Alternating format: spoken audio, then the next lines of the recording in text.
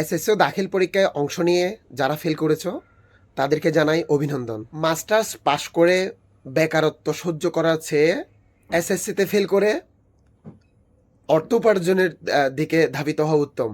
এ কথা কেন বলছি?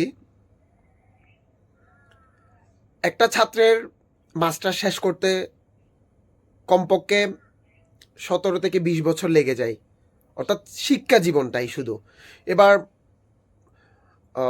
ন্যূনতম 22 থেকে 25 বছর লেগে যায় তার মাস্টার্স শেষ করতে। সেই মাস্টার্স একটা সার্টিফিকেট নিয়ে বিভিন্ন অফিসে ঘুরে জাস্ট একটা চাকরির জন্য।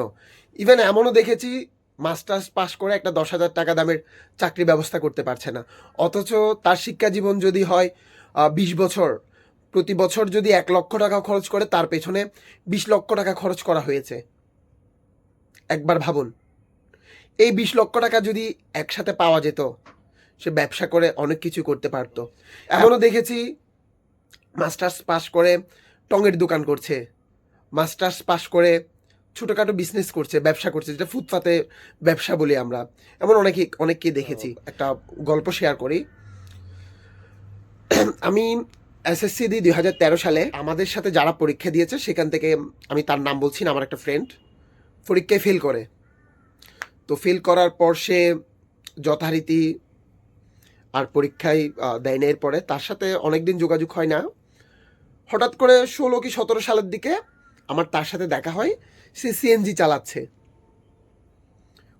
তো অনেক দিন পর দেখা হুট করে। তো গল্পে গল্পে বলল সে 16 সালে 5টা সিএনজির মালিক। ইভেন সে যেটা বলল 2013 সালে ফেল করার পর সে একটা লোনের টাকা নিয়ে একটা সিএনজি নেয়। সেই লোনের টাকা শোধ করে 17 সালে সে 5টা সিএনজির মালিক। সেটা 25 সালে এসে তার এখন 12টা সিএনজি। একটা সিএনজি থেকে দৈনিক 300 টাকা করে পেল। দৈনিক কত সে ইনকাম করছে একবার ভাবুন। একই জায়গায় আমাদের যে টফার ছিল সে 2018 সালে এসে আমার থেকে জব খুঁজছে।